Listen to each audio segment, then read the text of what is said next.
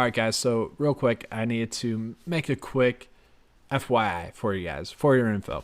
So I had made an original video, which you guys will see here in a second, and I kept referring to the stats and course history as the assumption that it was the same course as last year. And honestly, while I was filming it, it was just slipping my mind. When I did the research last night and this morning, I was like, all right, this course is going to play similar to the course that they were playing at previously. Just wasn't even a factor to me when I was filming the video earlier. So I will refer to course history as last year's course. It is a new course. Just want you guys to know that. But I do think that the course is going to play pretty much not exactly the same. It is going to be a different course, but it's going to play very similar to last year's course. And I will say, data-wise, from last year's course to this year's course, I was looking at bogey avoidance. This year I'm looking at birdie to bogey ratio. And then last year I was looking at greens and regulation, whereas this year I'm looking at strokes gained approach. That's just kind of some slight changes I've made. Just wanted to let you guys know that so you're not confused while you're watching the video. All right, hope you guys enjoyed. And as always, guys, let's keep cashing. Thanks.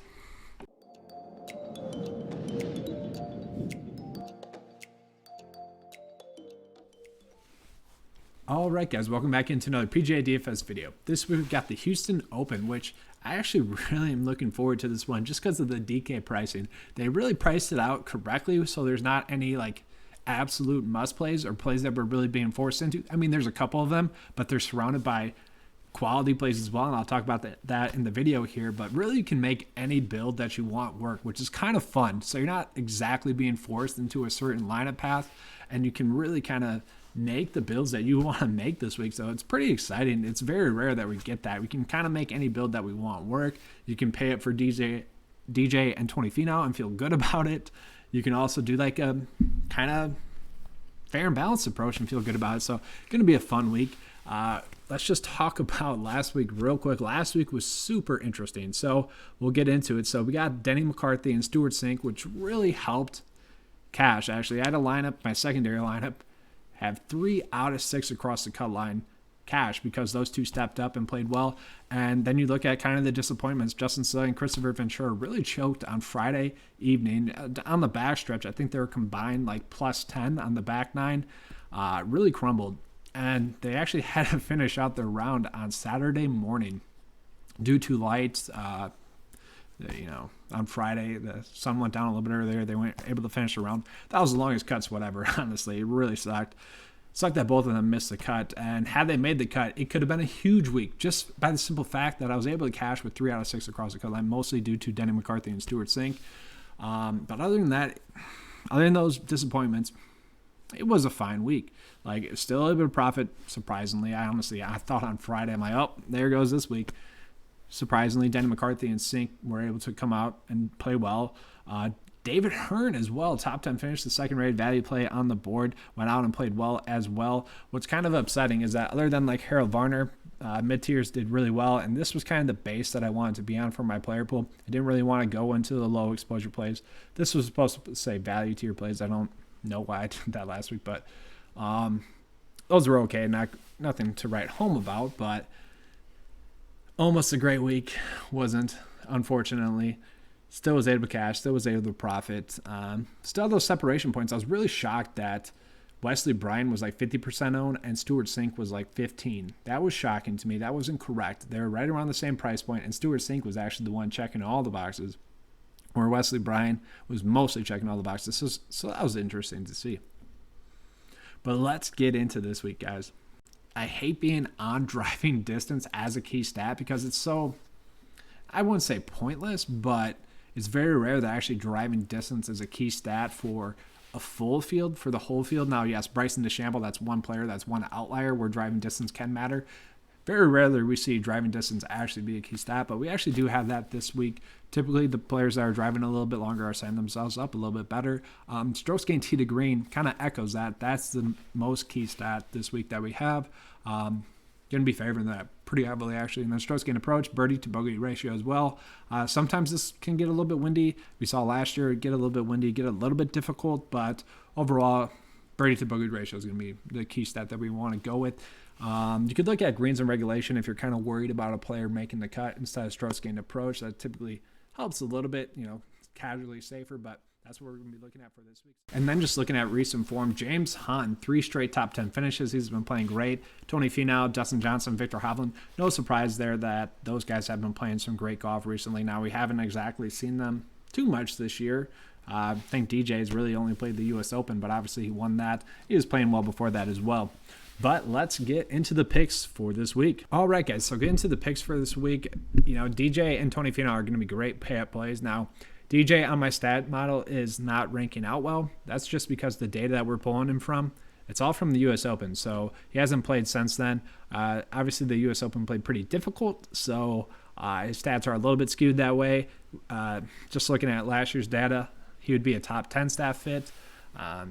So take that for what it's worth. Obviously, he was in great recent form prior to the U.S. Open. His only course history here is a 3rd place finish. Honestly, DJ's game is set up perfectly for this course. He should be able to go out in top 10, no doubt, especially with the way that he's been playing. He has a good shot to win this week. And honestly, if he doesn't, I think Tony Finau could pull through. Tony Finau's been playing great golf recently. 24th finish here in 2018, 34th finish here in 2017. He missed a cut in 16, but whatever, that's, it's pretty far away. He is a top 10 stat fit, and that's just including the U.S. Open, which obviously that kind of hurt his stats a little bit, and the Zozo Championship. So Tony Finau makes for a great play this week. Both Finau and DJ are top 20 in driving distance and strokes gained tee to green, and then Tony Finau is top 10 in strokes gained approach. They both have been putting pretty decent as well. So, those are the 2 clear-cut pay-up options for you this week. And then, it gets tough. Terrell hadn't been a 9-to-5 guy for a while now.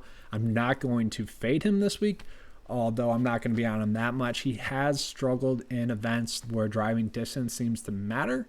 So that is the only worry with him. He ranks 150th on tour. But other than that, there's no reason to fade him. I think he's going to be fine.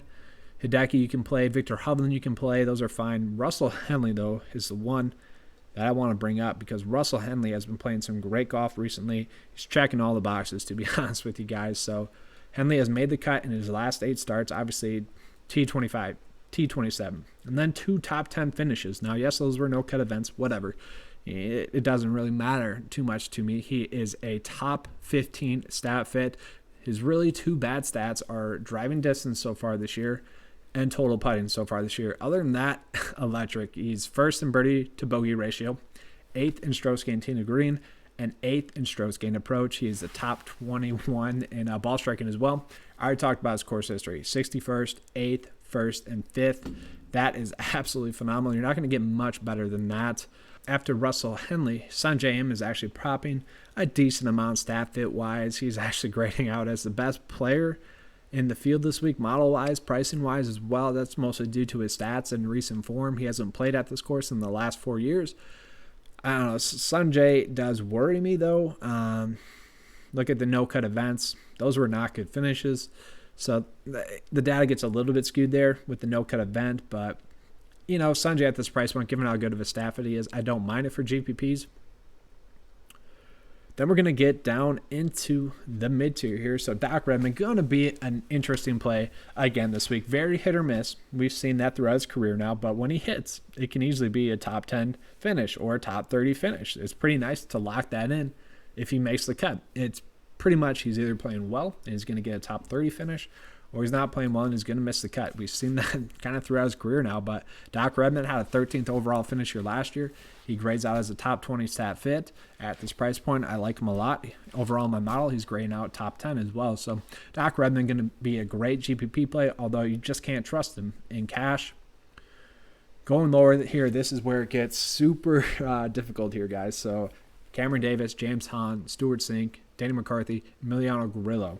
5 quality plays right there. And honestly, if you wanted to play all 5 of them in your cash build and your main build, you can go ahead and do that. Although we've seen lately that there's players in this price point range where you have no reason to fade them other than the fact that you have no reason to fade them, and they kind of just don't do well. We saw that with Justin Suh a little bit last week, and we saw that with Wesley Bryan, although Wesley Bryan had missed a cut 2 events ago. So we'll talk about Cameron Davis starting off. So Cameron Davis missed a cut here last year, but he's grading out as a top 12 stat fit. Been great recent form here. Dude's made 7 straight cuts in a row. Been playing great golf, so not exactly a cash play because he did have that missed cut here last year, but great stat fit, great recent form. I do like him as a quality play. We'll go a little bit lower here now. So James Hahn, dude is checking all the boxes. So 3 straight make cuts here, and it's been getting better each year here. So missed cut in 2016, 49th in 2017, 32nd in 2018, and in 23rd in 2019. He's grading out as a top 10 stat fit.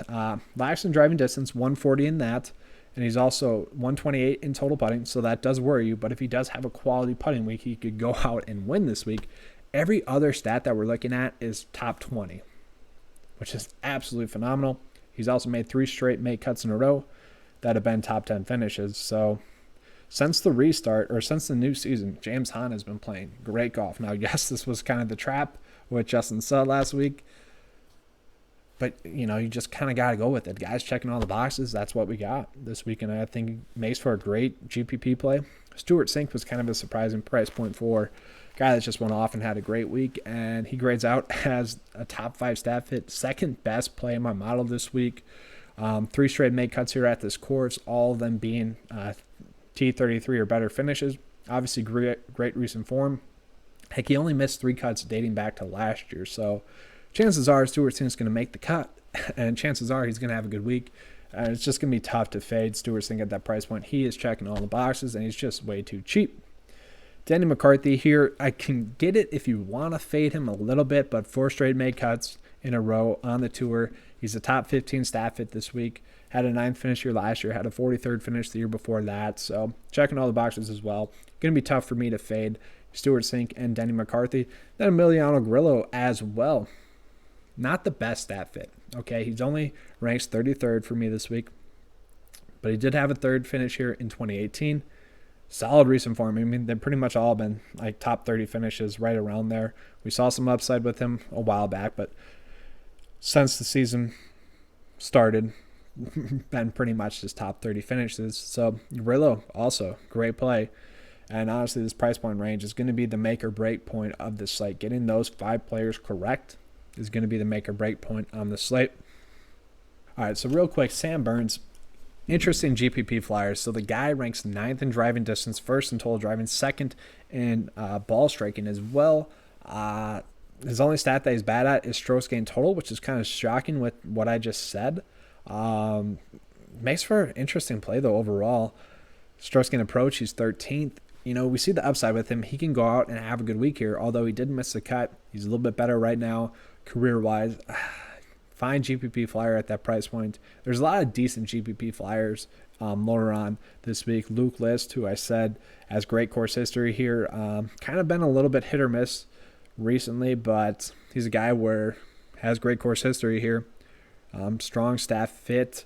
4 straight finishes of top 30 or better here. I don't mind him as a GPP flyer, not a bad play. And then I don't get this with Adam Schenk, guys. What is going on with DraftKings? Do they hate him? Do they love him? I really don't know. He was like a 10K play at the Corrales, and then since then he's been getting price decreases, and he's finished top 32 or better in every start. Guy's made 11 straight cuts in a row. He's always been like right around a top 30 stat fit and right around a top 30 play. He made the cut here in 2018. He's checking all the boxes once again, and he has got a price decrease. I don't really get that. So, yes, he is eventually going to miss the cut, but you don't really want to bank on him missing the cut when he's been playing this well. It's just a weird thing, and I don't really get why he's priced that low. I will say Scott Piercy has been playing better as well. 2 straight top 20 finishes. Decent course history here. A 24th and a 19th finish. And then going down to our favorite value play last week. He might be the favorite value play again this week. Beau Hossler again. 13th finish here last year. 2nd the year before that. 39th the year before that. Top 34 stat fit. Great recent form as well. For a value play, I mean, that's very solid. Very rare to find this in a value play 2 weeks in a row. Yeah, just going to be tough to pass up. But like I said, you got those 5 players in the mid-tier. That's what makes this week interesting because we have a lot of quality plays at quality price points. Then after that, Austin Cook is really the only other one that's catching my eye value-wise where I feel good about it. There's some longer shot guys where it's all right, but this one is the one where I'm feeling best about it. 17th finish here last year. He hasn't played that many events this season, but he is ranking out as a top 10 stat fit. He is top 30 or better in birdie to bogey ratio, strokes gained tee to green, strokes gained approach, total driving, ball striking. So he is checking a lot of boxes for what we want to see. Obviously, the recent form has been a little bit hit or miss, but he's been finding ways to make cuts pretty much since the PGA Tour restart. So only 2 missed cuts there out of his last 10 events. I like that, and this is a course where we saw him have upside, good stat fit. He makes for a quality value play at that price point. But that's all I have for you guys. If you want to join 9 to 5 Nation, it is $10 a month. We give you the best plays with the best value. $10 a month. Take out the fluff. We just get right to the point. These are the plays that are going to help you guys profit, help you become a better PGA DFS player. So if you're interested in joining, the link is in the description below. Remember, Masters is right around the corner as well, so you guys can join the NFL DFS membership as well. That's $10 a month as well. Been on a tear there as well, so it's been pretty good all around for 9 to 5. We've kind of been on a heater, so hope to have you guys join. If you don't, please just give me a like and subscribe. I do appreciate that. Thanks for watching, guys, and as always, let's keep cashing.